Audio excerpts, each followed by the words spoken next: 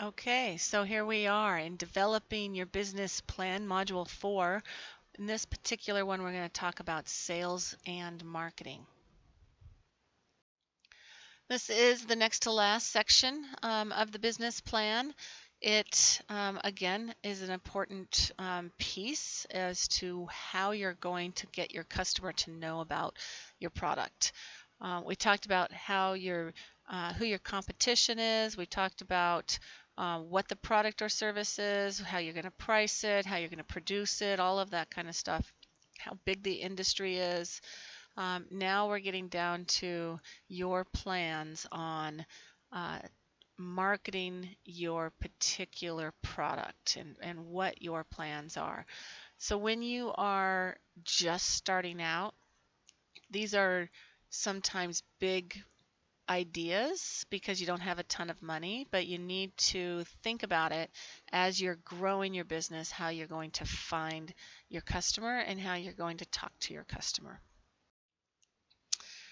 There are a couple different segmentations. You have business customers depending on what your business is. You have business customers and you have general customers, the general public. And when you're talking about the general public, you need to narrow down your segments. You cannot talk to anybody and everybody. So you need to make sure that you have some form or way of narrowing your target market. And so you want to, in this section, talk about who your target market is. You want to talk about where they are in geographic. Do they live in suburban areas? Do they live in rural areas? Are they in the city of Fremont and surrounding areas? Do they, how dense is that population? What is the climate and terrain? So you can not only talk to all of that, but you need to separate out. So for instance, you could, if you are selling snow blowers, you don't necessarily want to sell snow blowers in Arizona and New Mexico. Maybe in parts of New Mexico and Arizona, but not in all parts of New Mexico and Arizona. So that is the way of dividing up the geographic area of your customers. Demographics is a very common way of dividing your customer space by age, by family size, by race or religion, by gender. That's quite often the case.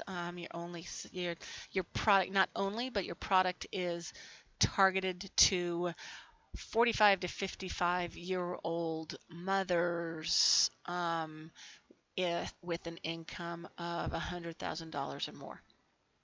That's a way of really narrowing your marketplace so that you know exactly who you're talking to. It may be that you are just simply talking to a kind of lifestyle. Women who are 45 to 54 who run, or men 24 to 45 who ride motorcycles. Those types of things could be a lifestyle choices, and so you need to, if that's your product, then that's the market that you need to sell to. Motives and values could be something else. I want to sell to, I'm opening a store that I want to market to families with a Christian values system.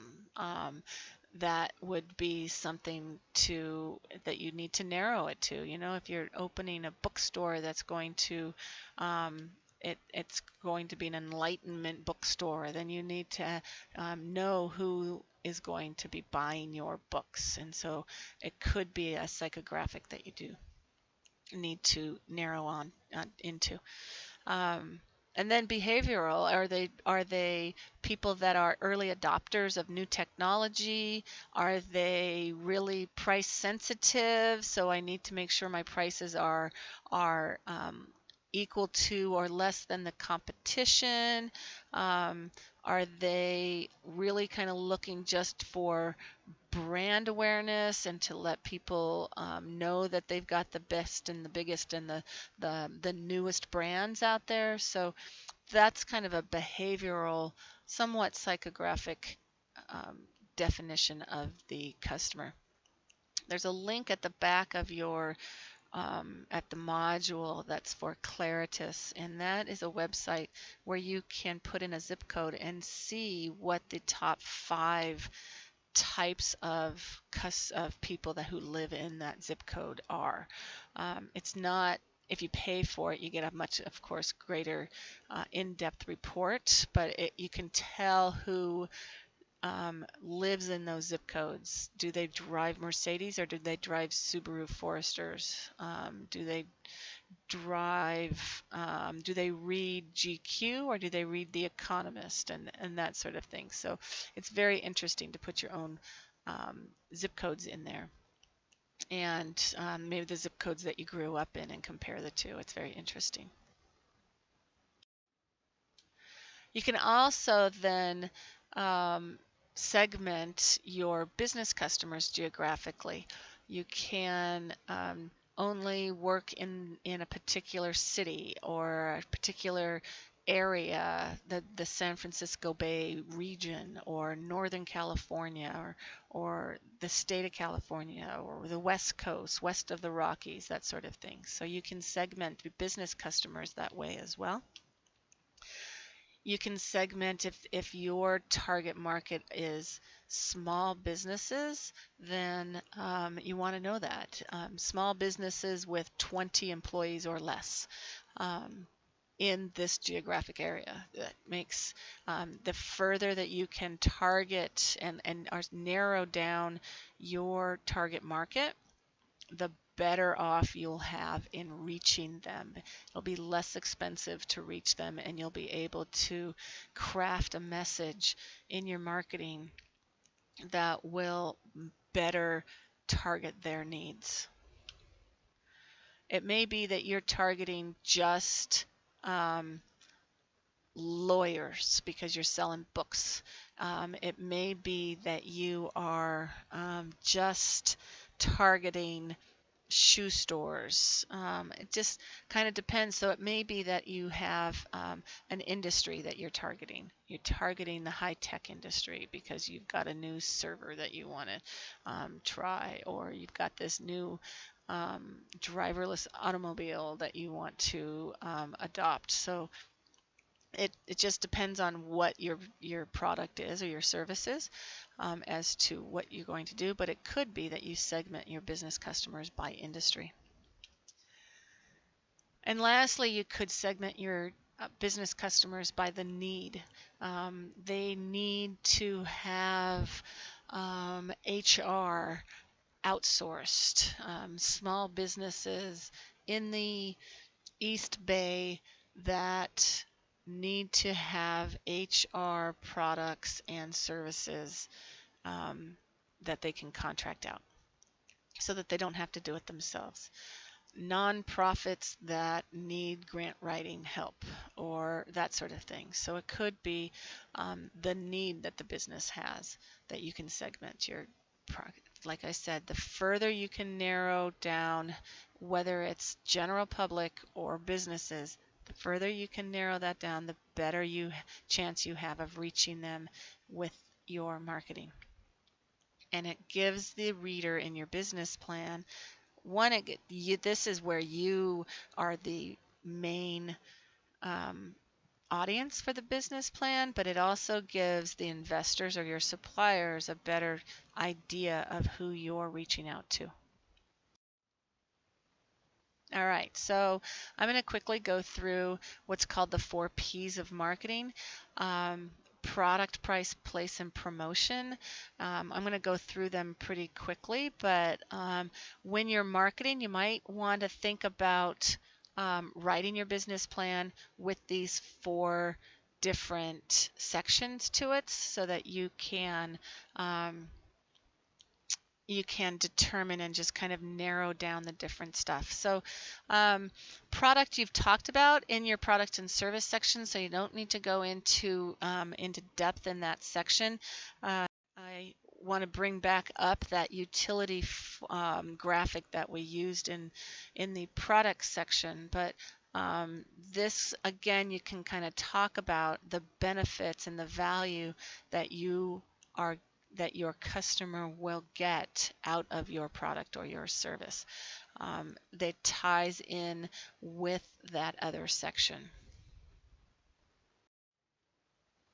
So another way of thinking about what your product is there are different kinds of things that a person gets out of your product. There is the core benefit, which is really the actual utility that they're getting out of, that value that they're getting out of. That is the time saving, or that is the pride of ownership, or it is the value or the utility that they're getting. It's the product that it's not the actual product, because that's the second section, but the core benefit is really what they are getting out of when they use that service. The benefit of a cleaning service would be pride in a clean home, or time for not having to clean the toilets because you're paying somebody else to do it, that sort of thing. Actual product is the actual thing, the service or the product you're selling. The physical product or the service, the general service that you're seeing. Augmented product is something that's over and above good customer service. It is guarantees. It is it is buy one get ones. It is buy 7 get 1 frees kind of thing. It's that the things that come along with the product that you can use as a selling point. And I think that product guarantees and customer service are really good examples of what augmented products are. It's not completely tangible, but it's part of that product that makes it yours better than the competition. Okay, we've also talked about pricing your product, but this is one of the 4 P's of a marketing mix, of a marketing plan. These are the kinds of things that go into pricing your product. You need to think about your fixed and variable costs, what the competition is doing, what your objectives are, what some positioning strategies are, and then what is your target market willing to pay. Now, all of these things can also go into the product and services section of the plan. You just repeat this here in this section because these should be standalone sections.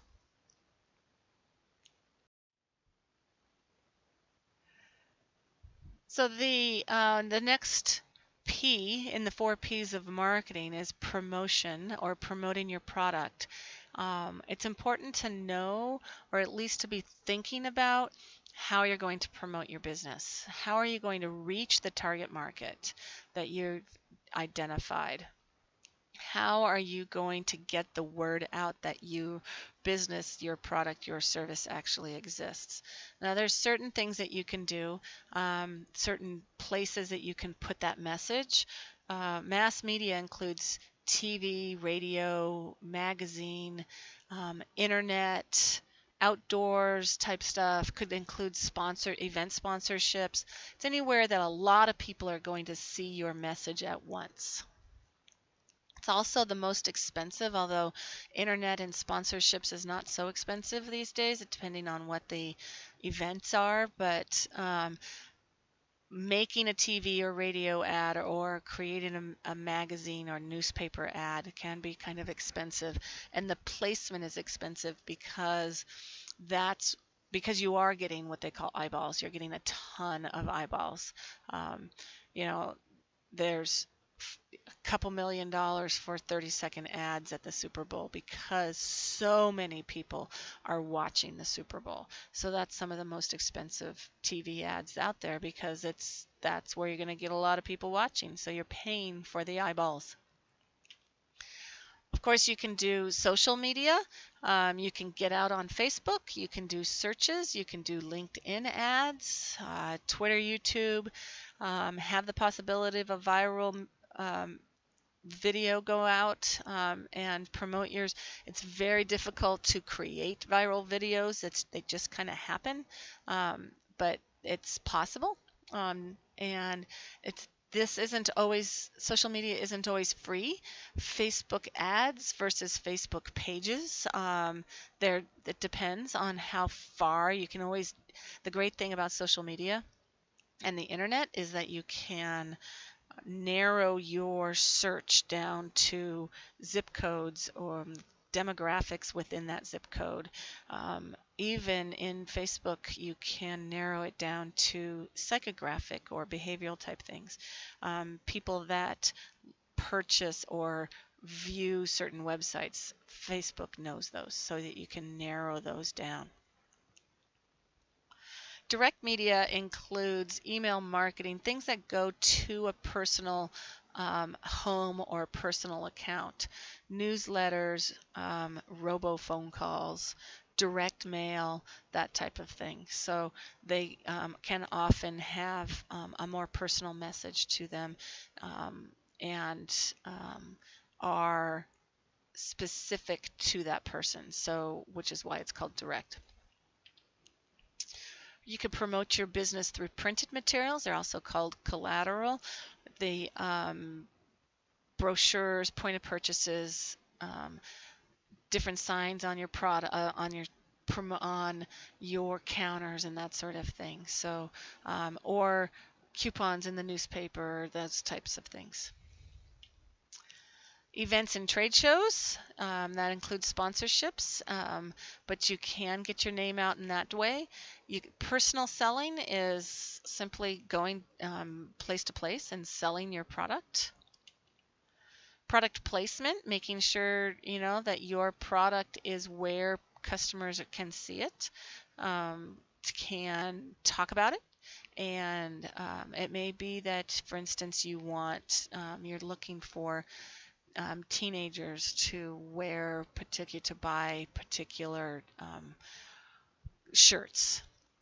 Then you can get the product, your shirt, and pay people to wear your shirt that would then get the attention of others.